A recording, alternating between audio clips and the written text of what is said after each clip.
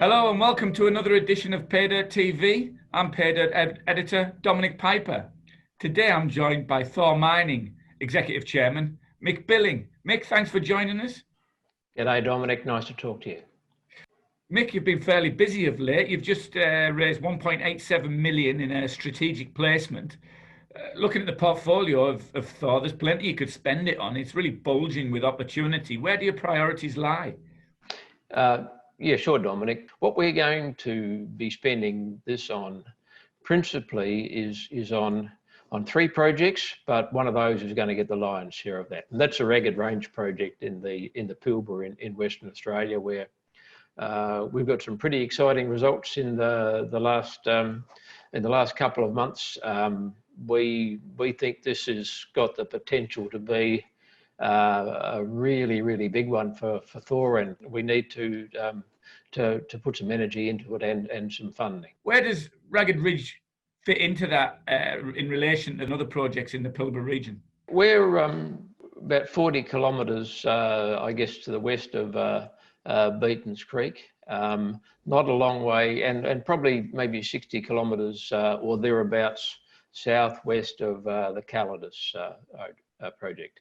If you referred to Greatland Gold, their Panorama project is on our western boundaries, and they've got on their website some very nice nuggets that have been picked up from their surface sampling work there at Panorama. So there's gold in the district.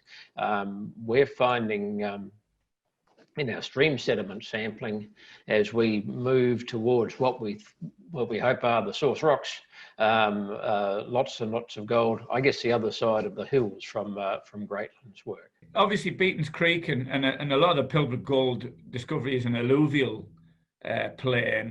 Is that the sort of target you're looking at up there, or is it more traditional target? I think we're probably looking for quartz-hosted gold, Dominic. What we've found in the streams is gold that's been eroded from these hills over millions of years. Well, and that's pretty good. And as we go upstream from there, we'll go towards where the source rocks are, and we suspect there's some structurally controlled quartz vein system there. We've got 13 kilometres of strike where we've got a whole series of decent samples. Now, I suspect there's not a 13-kilometre long gold ore body that's waiting for us to drill it, but so we need to do some more work to find that. And there's another stage of surface sampling upstream as we vector in towards where we hope those host rocks are. There's some geophysics being acquired, so that we can get a decent feel for the structures. And once we've done that, I think we'll be in a better position. As well as the gold potential, you've also had a few nickel sniffs up there. Do you plan to follow up on the nickel prospectivity as well? We certainly do, Dominic. I've got a history with nickel going back quite some time now, and nickel's a pretty good commodity to be in. What we've found there is a gossan, some outcropping rock that has quite elevated nickel and quite elevated chrome in it. Because there's a gossan doesn't necessarily mean there's a drill ready target right now, and again the geophysics that we're looking at should help us find a drill target. Across the Pacific in the US, you've picked up a handful of uranium vanadium projects in Utah and Colorado. Jurisdictions are quite supportive of mining, particularly in critical minerals for things like uranium and vanadium and other battery minerals. Is that what encouraged you to go looking again over in the US? There's some things about this uranium and vanadium project that we've acquired that we think it makes it particularly attractive. In the first instance, the market for these, for uranium in particular, has strengthened solidly over the last year or so, and we believe will continue to strengthen. The US is establishing a fund to come up with a strategic domestically sourced stockpile of uranium fuel for its nuclear power generation program. The other thing is, this is particularly the project in Colorado around Weddingville. There's an area of historically very high grade production. And the best place to find a high-grade deposit is often right next to one where there already has been one found and mined out. And there's some areas there that don't appear to have had much attention in this suite. And we're hoping that we find another high-grade deposit or two there. The third thing in our thinking when we acquired this was that just around the corner there's a processing plant that has traditionally taken material for toll treatment right from this area, and so they're quite accustomed and set up to deal with high-grade uranium and vanadium deposits, and would produce a uranium, a U3O8 concentrate and a vanadium concentrate. If we can find a deposit and get it ready for development, the cost and the regulatory hurdles associated with establishing a processing plant, a tailings dam with radioactive materials, if someone else has already got one of those and it's available, that lowers the hurdles for us considerably. That makes it very attractive to us again.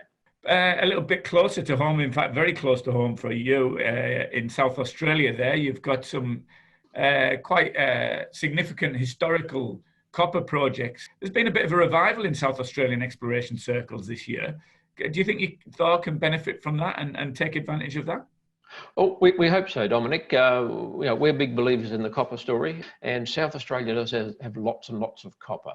And what we have here at Kapunda is an opportunity to pick up a very old area that has produced a lot of high-grade copper and take the low-grade halo of that using in situ recovery techniques. There's a company that we have invested in.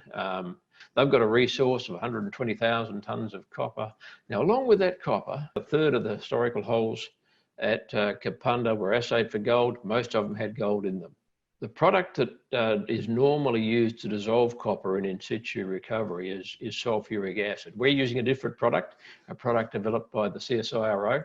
And while it dissolves the copper, it also dissolves the gold. So any gold that's in the ground at Kapunda is going to get dissolved along with the copper and brought up to surface in solution, absolutely free of charge. We've got a drill program scheduled quite soon to further test that gold story at Kapunda. At current prices, it won't take much gold to make it very interesting, particularly for your investors, I'm sure. Speaking of your investors, you mentioned at the top of our interview that those, share register looks slightly different to the average Aussie junior, if you like. You've got a dual listing here and also in London. What opportunities does having that big UK shareholder base bring? Our principal listing is AIM in UK, and the subsidiary listing is here on ASX, where the shares trade as CDIs.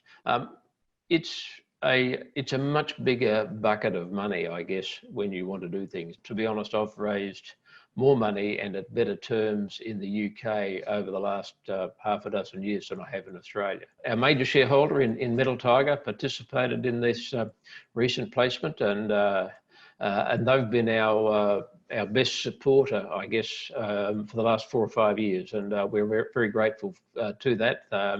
They obviously believe in our story. Mick, with money back in the bank now and an active program ahead of you, what should investors be looking for regards news flow in the next couple of months? We're going to be working as fast as we can on the Ragged Range project, and there'll be news flow out of that. There won't be drilling results for a couple of months, but there will be work from geophysics. There'll be work from soil sampling, and some of that we expect will be quite relevant and get us in the positive direction towards siting those drill programs. At Kapunda here in South Australia, there'll be a drilling program relatively shortly with the gold focus, and there's also some technical recovery test work going on. And we'll be drilling in the not too distant future in the US as well. So plenty of news flow coming in the next 2 months, 3 months and 6 months. Sounds like you've got a full dance card ahead of you. Best of luck, Mick, and hopefully we can catch up again before Christmas to see how those results have been getting on and the progress you've been made. been making. Thanks very much for your time today. Dominic, thank you, and I look forward to our next conversation. Thanks very much.